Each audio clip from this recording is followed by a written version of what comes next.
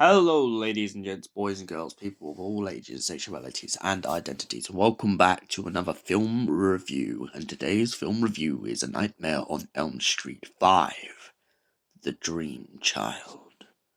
So, what is The Dream Child about? Well, essentially, Alice has escaped Freddy's nightmare. But Freddy's not done yet. Freddy is going to use everything in his basket to finally get back at Alice for banishing him.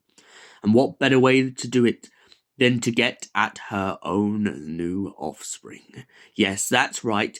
Freddy goes all out in this film. He decides to take on Alice's son as a form of punishment against her. But with Alice closing in on what Freddy's real nightmare is, can Freddy really elude her for so long? This is the question. Alice manages to convince a bunch of her friends that Freddy is back and he is very real. But after all of them going into the nightmare once again, and Freddy cutting down one of her friends who's really into comic books, rest in peace, time is running out for Alice. But suddenly she begins to realize why Freddy's been so hiding in the shadows for so long. It's because the one thing from his past, the one thing that Freddy's frightened of more than anything else in this world, is his own mother.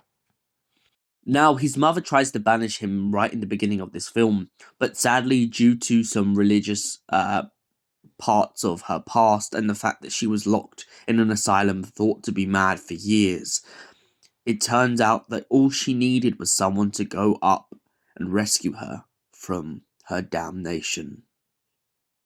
But that's not all. Freddy has been inside of Alice all this time.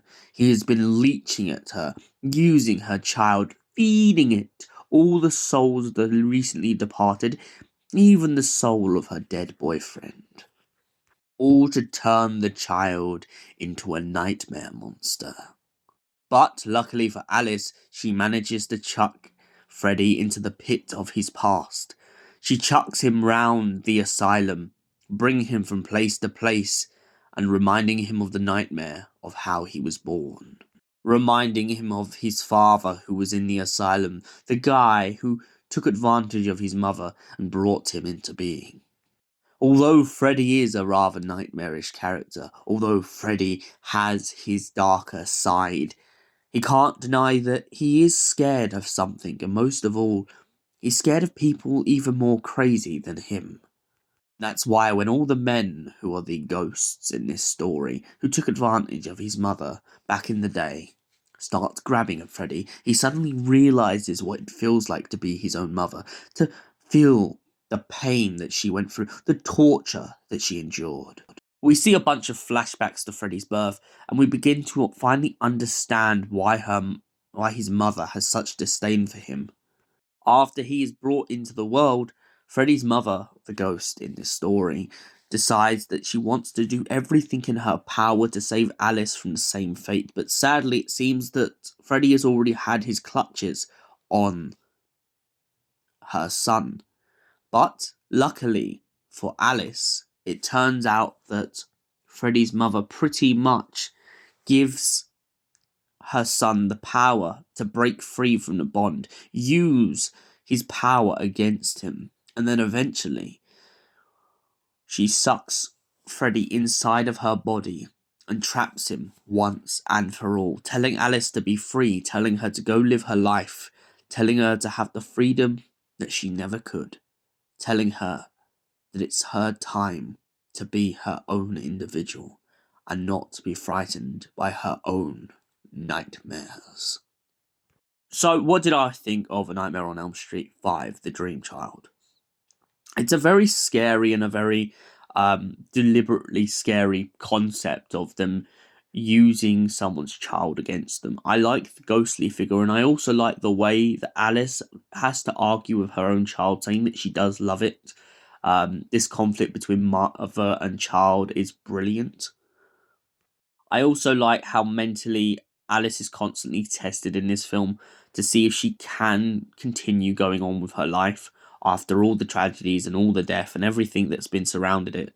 I also like the support that she gets from her father in this story. This idea that although all this madness is going on, her father is not willing to give up on her yet. Even if he doesn't fully believe that Freddy exists, he is still determined to help her through whatever's going on in her life. So, what do I give The Dream Child out of 10? Well, as I said, it's a very solid story, and I can't lie, it's a very good resting place to at least this point in the saga of the Freddy Krueger films. Freddy Krueger 5 really sets to rest this idea of uh, bits and pieces of Freddy's backstory. Alongside, it puts to rest a lot of the terror of the Elm Street gang and a lot of the kids after them.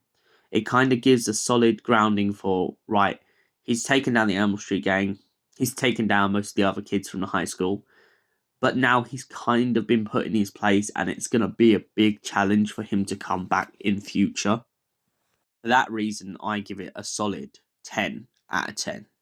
Thank you for watching, and we'll see you in the next film review.